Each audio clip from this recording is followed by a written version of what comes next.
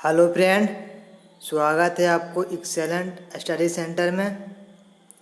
आज हम आप लोगों के लिए लेकर आए हैं क्राउन का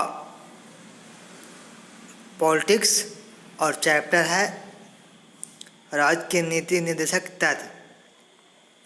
तो और आज हम लोग इसी के बारे में रिवीजन करेंगे। तो चलिए इसी के साथ शुरू करते हैं।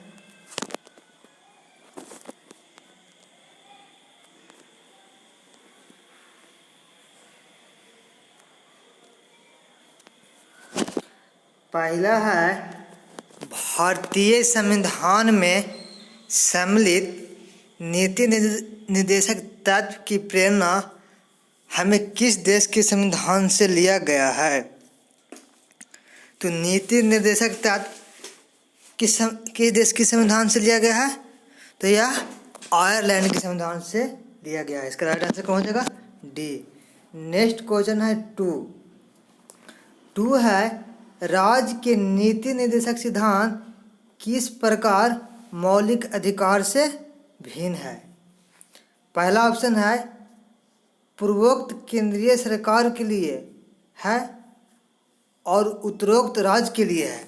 मैंने कहे का मतलब हुआ कि जो राज्य के नीति निर्देशक सिद्धांत है वह केंद्र के लिए है और मौलिक अधिकार राज्य के लिए है। ये बात नहीं है, ये गलत है। अगला है दूसरा, पूर्वोक्त संविधान का अंश नहीं है जबकि उत्तरोक्त है। कहे का मतलब है कि राज्य के नीति निर्देशक तत्व संविधान का अंश नहीं है और मौलिक अधिकार है, ये भी बात गलत है। कहे कि इसका भी वर्णन है संविधान के भाग 4 में राज्य के नीति निर्देशक सिद्धांत का वर्णन है और अनुच्छेद 36 से 51 तक है। नेक्स्ट है नीति निर्देशक सिद्धांत परिवर्तनीय है जबकि मौलिक अधिकार नीति निर्देशक सिद्धांत परिवर्तनीय नहीं है जबकि मौलिक अधिकार परिवर्तनीय है। ये बात सही है। इसका राइट आंसर कौन हो जाएगा? सी। नीति निर्देशक तत्व को न्यायालय में चुनौती नहीं दिया जा सकता है जबकि मौलिक अधिकार को न्यायालय में चुनौती दिया जा सकता है। नेक्स्ट क्वेश्चन है थ्री है निम्नलिखित में कौन सा राज्य के नीति निर्देशक तत्वों में निहित है? ऑप्शन ए में अपराधों के लिए दोष सिद्ध के संबंध में संरक्षण, और बी में है प्राण और दैहिक स्वतंत्रता, सी में है अल्पसंख्यक वर्गों के हितों का संरक्षण करना, और डी में है पुरुष और स्त्री दोनों का समान कार्य के लिए समान वेतन। तो इसका राइट आंसर हो जाएगा डी। पुरुष और स्त्रियों दोनों का समान कार्य करने के लिए समान वेतन का वर्णन है राज्य के नीति निर्देशक तत्व में। और अनुच्छेद 39 के ग में धन का समान वेतन का वर्णन किया गया है।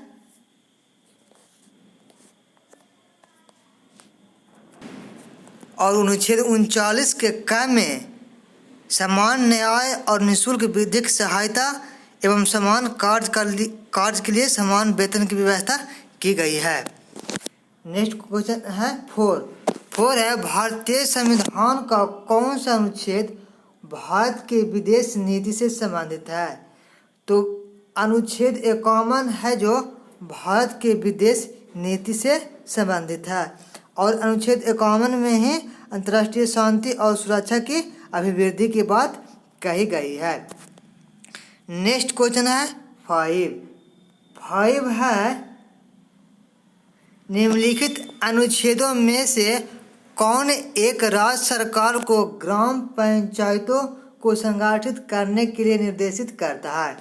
तो राज्य सरकार को ग्राम पंचायत को संगठित करने के लिए कौन सा अनुच्छेद निर्देशित करता है?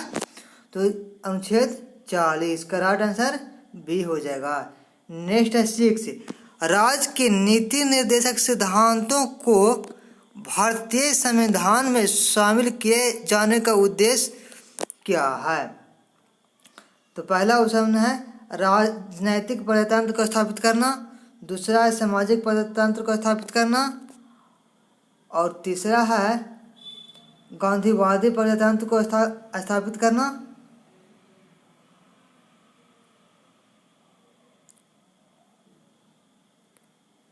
और चौथा है सामाजिक और आर्थिक कल्याण को स्थापित करना।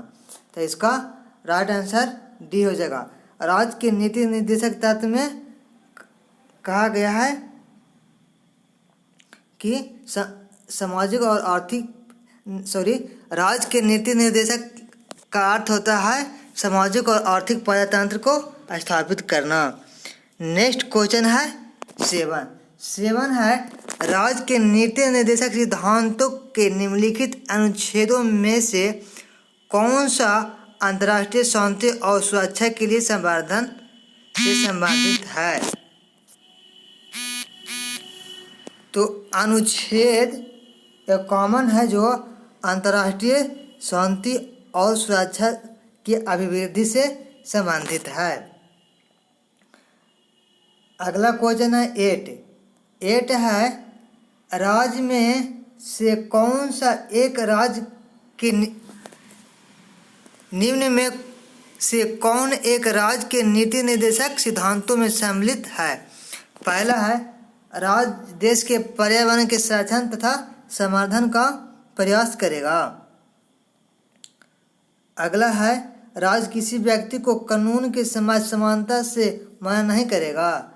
और तीसरा है राज्य किसी व्यक्ति को उसके धर्म, कुल, जाति, लिंग अथवा जान स्थान के आधार पर प्रभेद नहीं करेगा। और चौथा है अस्पृश्यता का प्रवर्तन। तो इसका राइट आंसर हो जाएगा ए, राज्य देश के पर्यावरण के संरक्षण तथा संवर्धन का प्रयास करेगा, क्योंकि अनुच्छेद 48 के काम में कहा गया है कि पर्यावरण का संरक्षण तथा संवर्धन और वन एवं वन्यजीवों की रक्षा करना राज्य के नीति निर्देशक तत्व के अंतर्गत आता है। नेक्स्ट है 9 नीति निर्देशक सिद्धांत है। नीति निर्देशक सिद्धांत वाद योग्य नहीं है, इसको न्यायालय में चुनौती नहीं दिया जा सकता है। नेक्स्ट क्वेश्चन है 10 है निम्नलिखित में से कौन एक राज्य के नीति निर्देशक सिद्धांतों का उद्देश्य नहीं है। तो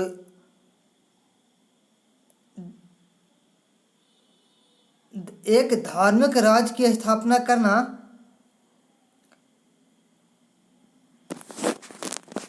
राज्य के नीति निर्देशक सिद्धांत का उद्देश्य नहीं है।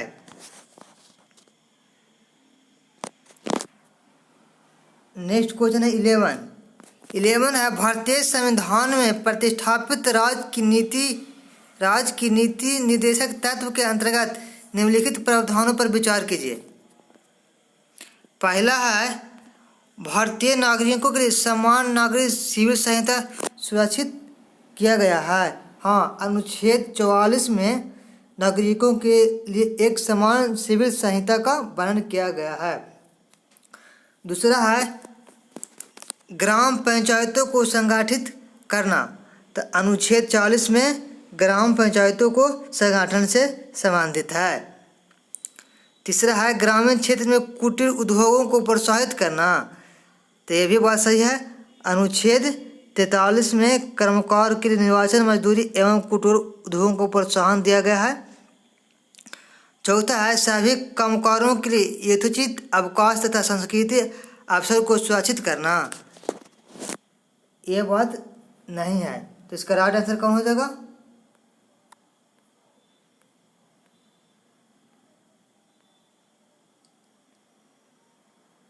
इसका राइट आंसर हो जाएगा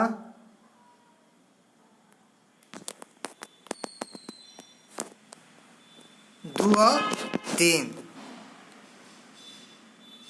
क्योंकि 2 और 3 ही है जो गांधीवादी सिद्धांत है, जो कि राज्य के नीति निर्देशक सिद्धांत में बनल है। क्योंकि कामगारों के लिए निर्वाचन, मजदूरी एवं कुटीर उद्योग का प्रोत्साहन यह गांधी जी के ही कहना था। नेक्स्ट इसका राइट आंसर कौन हो जाएगा बी। 12 है, भारत में निम्नलिखित में से किसके अंतर्गत पंचायती राज प्रणाली की व्यवस्था की गई है? तो पंचायती राज प्रणाली की व्यवस्था राज्य के नीति निर्देशक सिद्धांत के अंतर्गत की गई है। नेक्स्ट है 13 है, नीति निर्देशक तत्वों को क्रियान्वित करने के लिए क्या मूल अधिकार को हनन हो सकता है? तो नीति निर्देशक तत्वों को कार्यान्वित करने के लिए कुछ मूल अधिकार को हनन किया जा सकता है। नेक्स्ट क्वेश्चन है 14 है, राज्य की नीति निर्देशक तत्वों के बारे में निम्नलिखित कथन पर विचार कीजिए। पहला कथन है, ये तत्व देश के सामाजिक आर्थिक लोकतंत्र की व्याख्या करता है। यह बात सही है। राज्य की नीति निर्देशक तत्व है जो सामाजिक आर्थिक एवं लोकतंत्र को व्याख्या करता है। दूसरा है, इन तत्वों में अंतर्विष्ट उपबंध किसी न्यायालय द्वारा परिवर्तनीय नहीं है। हाँ, राज्य के नीति निर्देशक तत्व में जो वर्णन है उसका न्यायालय में परिवर्तन नहीं किया जा सकता है। तो इसका राइट आंसर कौन हो जाएगा? न तो एक न तो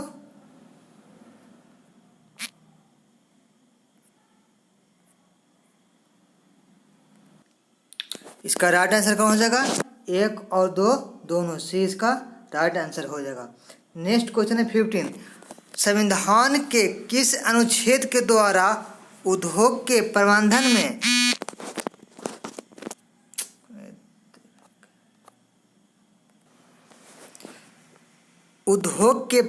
में कर्मकारों की भागीदारी का प्रावधान दिया गया है? तो किस अनुच्छेद में दिया गया है? अनुच्छेद 43 के ए में। अगला क्वेश्चन है 16 है, नीचे 2 कथन दिए गए हैं। एक कथन ए तथा दूसरे को कारण और कहा गया है। कथन ए में है, मनरेगा दर हर परिवार के कम से कम एक सदस्य को वर्ष में 100 दिन का रोजगार दिलाने का प्रावधान है। ये बात सही है। मनरेगा के द्वारा परिवार के एक सदस्य को एक वर्ष में 100 दिन का रोजगार देना जरूरी है। कारण है, रोजगार का अधिकार संविधान के भाग 3 में परिविधित है। रोजगार का अधिकार संविधान के भाग 3 में प्रतिबंधित है। तो ये बात गलत है। तो इसका राइट आंसर कौन हो जाएगा? सी। कारण है ए सही है परंतु कारण गलत है और गलत है। अगला क्वेश्चन है 17 है, निम्नलिखित में से कौन से राज्य के नीति निर्देशक तत्वों में शामिल है? पहला है, मानव के दुर्व्यापार और बाल श्रम का प्रतिषेध। तो ये राज्य के नीति निर्देशक में नहीं शामिल है, ये मौलिक अधिकार में शामिल है। दूसरा है, मादक पेय और स्वास्थ्य के लिए हानिकारक औषधियों के औषधीय परियोजनाओं से भिन्न उपभोग का प्रतिषेध। ये भी गलत है, ये भी मौलिक अधिकार में बना है। इसका राइट आंसर कौन हो जाएगा? डी, ना तो 1 और ना ही 2। क्वेश्चन नंबर 18 है, कल्याणकारी राज्य की संकल्पना का समावेश भारत के संविधान में राज्य के नीति निर्देशक तत्वों में किया गया है। इसका राइट आंसर कौन हो जाएगा? ए। नेक्स्ट क्वेश्चन है 19 है,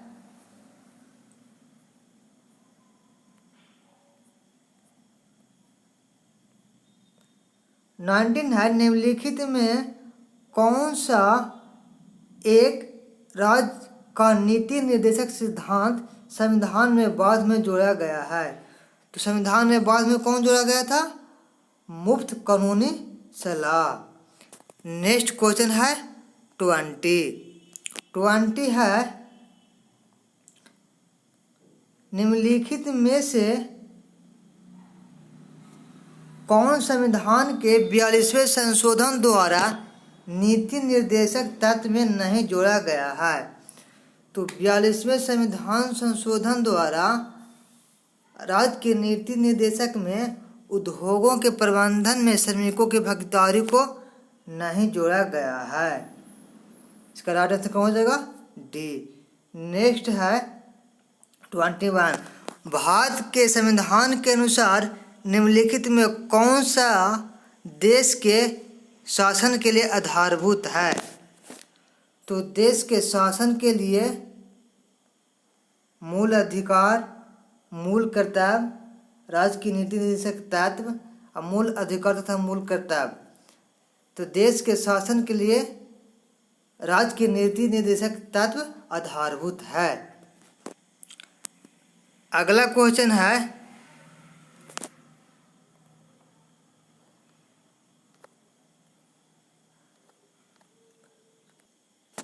सॉरी फ्रेंड 21 में देश के शासन के लिए आधारभूत तत्व है राज्य की नीति निर्देशक तत्व। नेक्स्ट है 22, निम्नलिखित में कौन सा नीति निर्देशक तत्व है? तो प्रेस की स्वतंत्रता यह मौलिक अधिकार के अंतर्गत आता है। धार्मिक स्वतंत्रता यह भी मौलिक अधिकार के अंतर्गत आता है। विधि की समाज समानता ये सब है जो मौलिक अधिकार के अंतर्गत आता है। लेकिन समान नागरिक संहिता या राज्य की नीति निर्देशक तत्व में वर्णित है।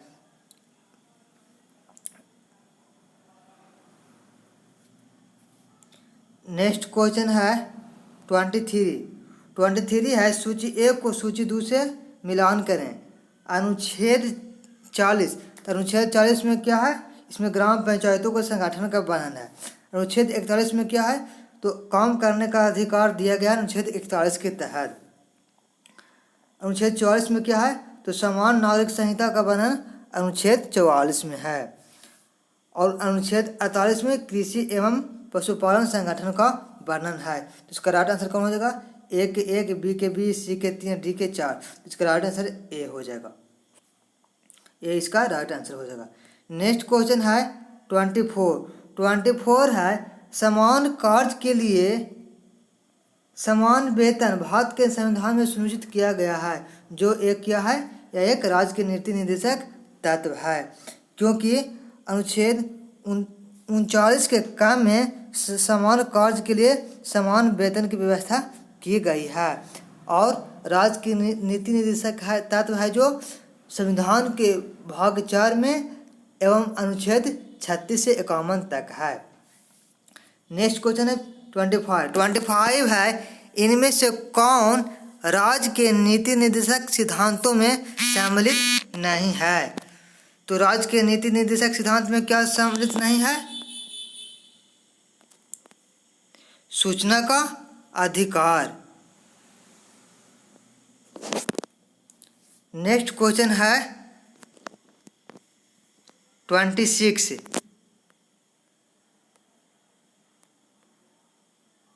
26 है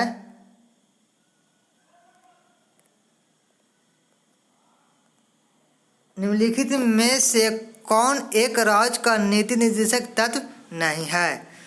तो इसमें हो जाएगा 14 वर्ष की आयु तक के बच्चों को निःशुल्क शिक्षा। इसका वर्णन अनुच्छेद 21 के 1 में है जो मौलिक अधिकार के अंतर्गत आता है। नेक्स्ट क्वेश्चन है 27 है भारतीय संविधान के किस अनुच्छेद में राज्य के नीति निर्देशक तत्व का उल्लेख है? तो राज्य के नीति निर्देशक तत्व का उल्लेख कहाँ है? अनुच्छेद 36 से 51। इसका राइट आंसर कौन हो जाएगा? सी इसका राइट आंसर हो जाएगा। नेक्स्ट क्वेश्चन है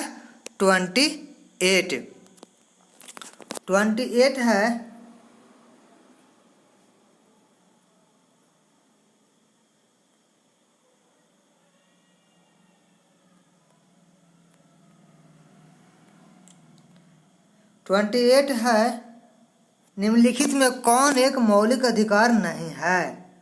तो उत्पीड़न के खिलाफ अधिकार, काम करने के लिए समान वेतन, कानून की समाज से बराबरी, धर्म पालन की स्वतंत्रता का अधिकार। तो काम करने के लिए समान वेतन ये मौलिक अधिकार नहीं है, ये राज्य के नीति निर्देशक तत्व के अंतर्गत आता है, जो कि इसका वर्णन अनुच्छेद 39 के काम में है। नेक्स्ट क्वेश्चन है 29 राज्य के नीति निर्देशक सिद्धांत एक ऐसा चेक है जो बैंक की सुविधा अनुसार अदा किया जा सकता है। ये कथन किसने कहे थे? तो ये किसने कहे थे? केटी शाह ने। इसका राइट आंसर कौन हो जाएगा? डी। नेक्स्ट क्वेश्चन है 30 है, भारत के संविधान के संदर्भ में निम्नलिखित कथनों पर विचार कीजिए। मूल अधिकार, मूल कर्तव्य, राज्य के नीति निर्देशक तत्व।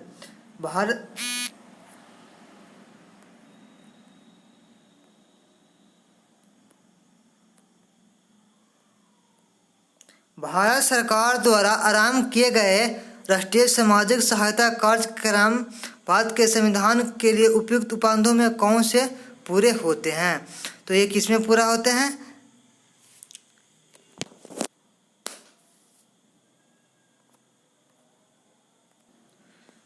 तो ये राज्य के नीति निर्देशक तत्व में पूरा होते हैं। इसका राइट आंसर कौन हो जाएगा? केवल 3। नेक्स्ट क्वेश्चन है 31 है, निम्नलिखित में कौन एक राज्य के नीति निर्देशक तत्व में नहीं है? राज्य सुनिश्चित करने का प्रयास करेगा कि पुरुष और महिलाओं को समान कार्य के लिए समान वेतन। ये राज्य के नीति निर्देशक तत्व में है। दूसरा है जीविकोपार्जन हेतु पर्याप्त साधन का समान अधिकार। ये भी है। अब अस्पृश्यता का उन्मूलन, ये नहीं है। इसका बयान अनुच्छेद 17 में है, जो मौलिक अधिकार के अंतर्गत आता है। तो इसका राइट आंसर कौन हो जाएगा? सी इसका राइट आंसर हो जाएगा।